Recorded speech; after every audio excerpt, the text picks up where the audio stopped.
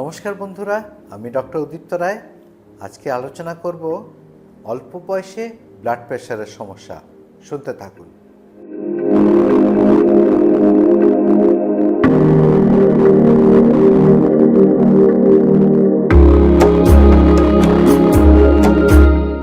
আজকাল আমরা প্রায়ই শুনি ঘরে ঘরে অল্প বয়সে ব্লাড প্রেশারের সমস্যা। কি কারণ থেকে হতে পারে?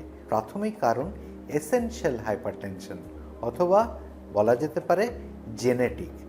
তার মানে আপনার বংশগতিতে হয়তো ব্লাড প্রেশার বেশি ছিল এবং অল্প বয়সে ছিল, তাই আপনি সেটাকে ইনহেরিট করেছেন মাত্র।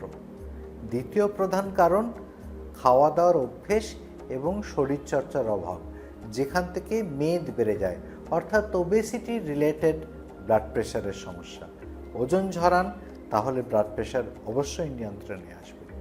তৃতীয়, কিছু ক্ষেত্রে দেখা যায় অল্প বয়সে কিডনির সমস্যা, অর্থাৎ রেনোভাস্কুলার হাইপারটেনশন।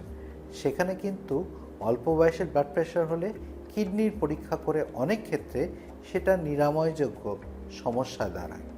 কিছু অন্যান্য কারণ অবশ্যই আছে, যেমন ধরুন আপনার ব্লাড প্রেশারের জন্য অটোইমিউন ডিসঅর্ডার্স, সেটা থেকেও হতে পারে, অথবা আপনার থাইরয়েড বা অ্যাড্রিনাল গ্রন্থির কিছু টিউমার, যেমন ফিওক্রোমোসাইটোমা, সেখান থেকেও ব্লাড প্রেশার বাড়তে পারে।